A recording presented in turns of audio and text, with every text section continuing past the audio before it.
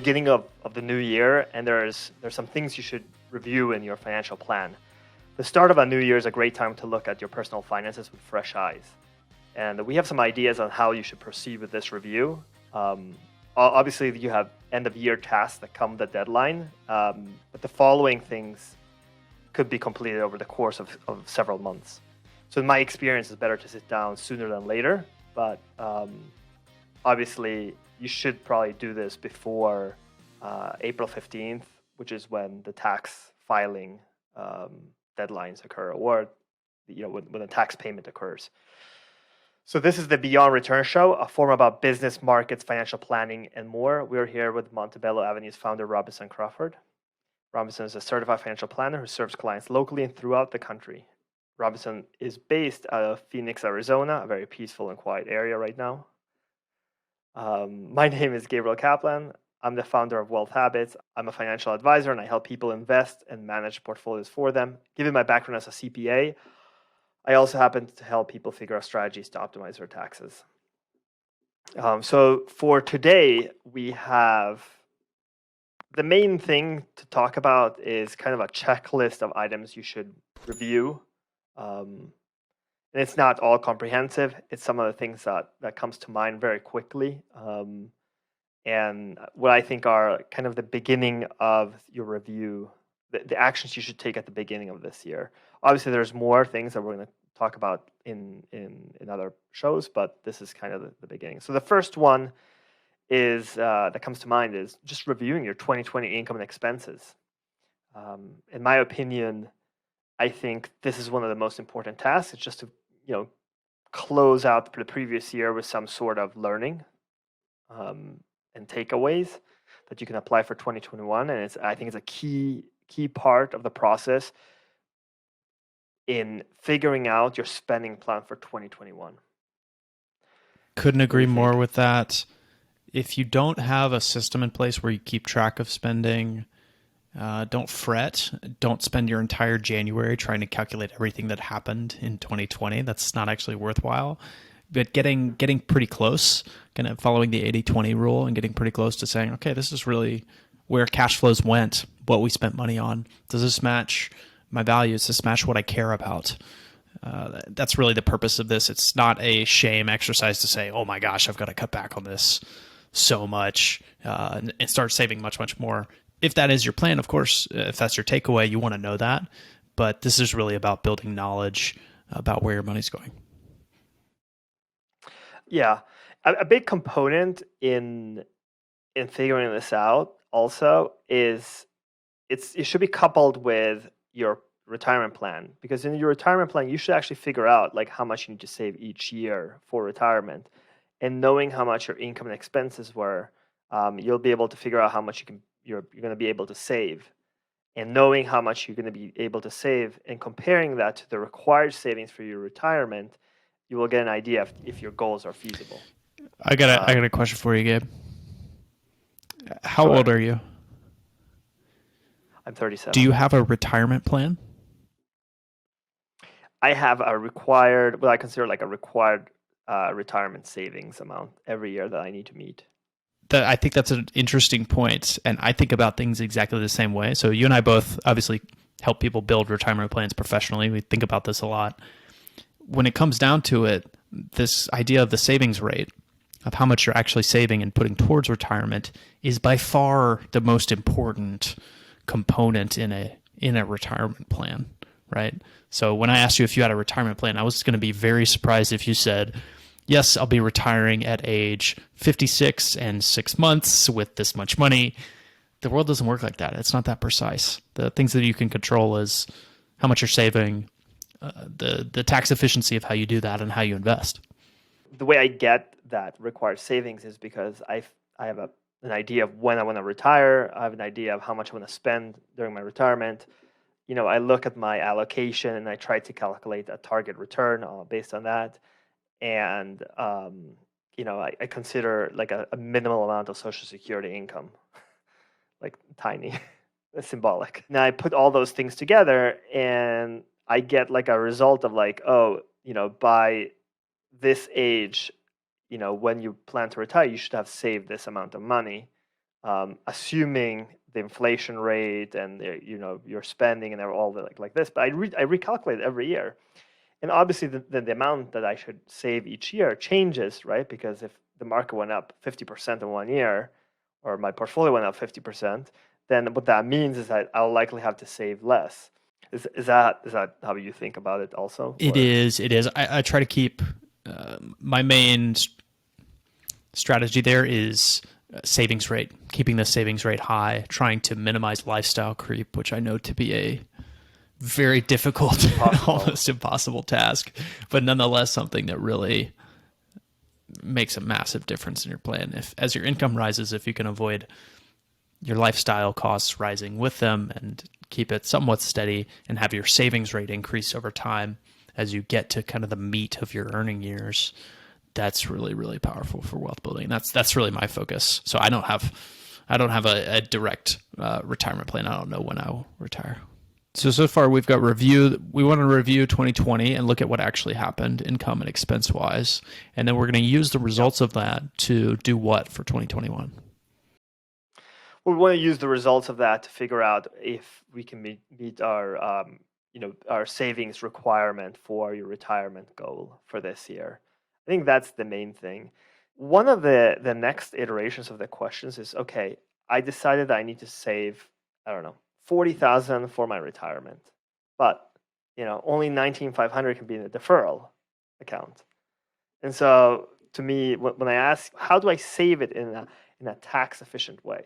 A lot of it depends on your station in life, and by that I mean, who is your employer? What are your options? What type of retirement plan are you a part of? Some people only have a pension option. Some people work for a for-profit company and have a 401k. Some 401ks have a bevy of options. Some 401ks are quite limited in what you can actually do. I'm hoping, and Gabe, you can put this in for us, to show a visual of 401k maximums. I would say most investors have access to a 401k. It's kind of the most common plan type that most people are familiar with. But for those people who want to save more than, I would say $19,500 is kind of a key number. Saving into a retirement plan $19,500 of your salary or any number less than that is a pretty straightforward scenario. You don't have to really over-engineer it. You can make pretty easy estimates of how much, when you're entering the percentage of your base salary, percentage of your bonus, percentage of performance comp, whatever it is, you can get to that 19.5 or a lower number pretty easily. When you go above that, you've got to learn a little bit more about 401ks. I've had plenty of discussions where I've tried to explain this to people, and I finally drew a little picture that shows the components and the different maximums that are attributable in a given plan year within 401k, and I specified this for 2021. It's worthwhile describing a little bit, right? So 19,500 is the maximum deferral. You can't have income of 1,000 and save 19,500. Correct. Right? You have to have earned Correct. income. That's purely salary too, right? So your earned income from this employer. So you can't use your side hustle money to go back to your employer and say, hey, grab this from my bank account and put this in my 401k. You're not allowed to do that. It has to really run through your payroll system.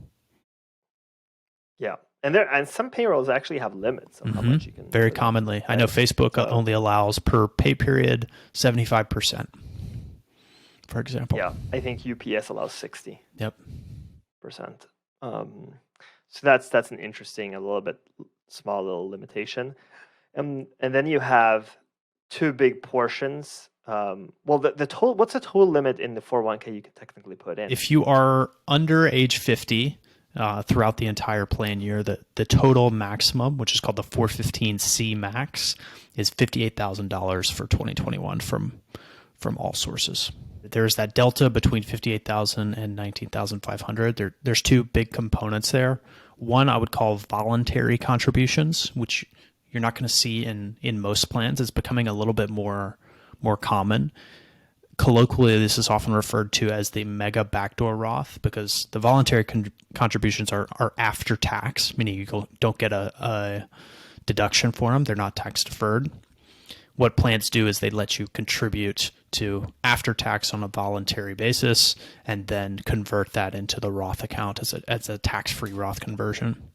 So that's one big component is the voluntary. But if you work for, I have one question here. If you work for a big corporation, you have to make sure that they allow for in-plan conversions, right? Like you can't just you would have to call them up and see, hey, can I contribute some extra amount on an after-tax basis, and then convert that into a Roth, right? And they will say, the plan provider will say, hey, no, you can't do that. Absolutely. And then you're out of luck. The best way to check for this is going to be in your summary plan document, sometimes called summary plan description. There will be a section about contributions, what contribution types are allowed. If you see after tax or if you see voluntary, those two words or phrases, it's likely that this setup is there. But when you're actually putting this in place, you absolutely want to be checking for in-plan Roth conversions as well. I think the next step is just to make sure that your investments are balanced correctly. You could do this at the end of the year, or you could do this at the beginning of the year. Piece of advice that I first heard at a conference that you and I were both at, actually, it was a stock options conference, which was talking about incentive stock options. This is way in the weeds, but January, I think experts would agree, is the best month to exercise incentive stock options because you're going to have so much flexibility throughout the rest of the year to look at the possibilities for selling and the tax implications for that. So exercise in January, be a little strategic about how you do it elsewhere. It's kind of two sides of the same coin with respect to making a taxable sale in January, right? You're going to have the flexibility throughout the year to make strategic, whether it's tax loss harvesting or some other transaction that might offset your gain that you harvested in January. That's right. The other thing is you should probably think about is tax location. The strategy behind tax location is to figure out, to optimize for your tax brackets. You should actually try to estimate your income for the year, figure out where that income falls in which tax bracket, and then maximize for whatever tax bracket you feel comfortable contributing to a Roth. And if it goes if your income is so high that you end up in a much higher tax bracket, maybe it's worthwhile to review those allocations into your Roth account and say, well, this year maybe I should do a pre-tax contribution instead. I think that from my point of view, I think that's an important review. I would agree very much. To tie a couple things together, I believe it's Morningstar that has a free tool that would let you import a portfolio and then estimate the income from that portfolio. So different mutual funds, different stocks, different ETFs are going to have different kind of income variations. And there are tools that help you project that forward throughout the year, right? So if you own a $100,000 taxable account, there are free tools to plug this in and go say, hey, if I buy and hold this, how much income is this going to generate? And then you can have a pretty good idea of both the timing, right? Are they going to pay the dividends quarterly or monthly? Yeah. When are these going to come? And how much is it going to be? What's a reasonable tax liability if we have a ton of turnover, if we have no turnover, et cetera. Have you ever reallocated someone's portfolio towards tax-free municipal income if they were in a high bracket? Definitely. Do you think that's a valid strategy to look at? It should definitely be in most investors' toolbox to understand the taxability of municipals, the trade-offs between municipals, treasuries, and corporates. This gets into kind of the weeds of fixed income, but in my mind, definitely. The other part I wanted to talk to you about is what aspects of savings are you recommending people to automate? I'm a big fan of going to the payroll level and being very specific about where your paychecks go. So start all the way at the source, especially if you're a worker with a W-2 job, right? You, in most payroll systems, have the ability to save directly, for example, into a brokerage account if that's part of your plan that you want to do. Yeah, I totally agree. I think there are certain things that you should automate here, at least on a higher level. one of them is the 529 plan. If the other one is the HSA, and it depends how you are structured to have the HSA account. First of all, HSA is a health savings account. So I'm trying to not to speak in acronyms here, but it's hard. The HSA, and who can actually open an HSA? Yeah, you got to check with HR always, and you got to make this is a decision not to take lightly, is to pursue an HSA. Under current law, you have to have what's called a high deductible health plan in order to contribute to an HSA in any given year. So this means, how do I know if I have one? HR? Call HR. Check with HR. Check Agreed. all Totally the paperwork. Do not contribute to an HSA on your own outside of the framework of your health insurance plan. Is there anything else I'm forgetting of that you would do at the beginning of the year? Spending review, kind of investment location stuff, planning gifts. No, those are the big ones for me. I actually have a lot of clients who are doing a little bit of salary benchmarking.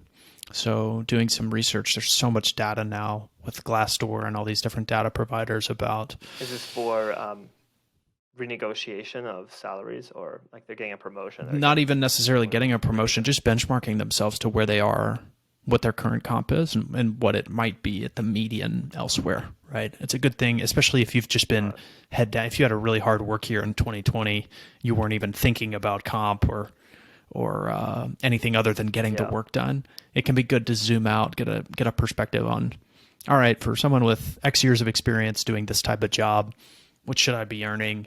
Am I actually in a great spot here? Or maybe I should pick up those phone calls from the recruiters who hit me up on LinkedIn.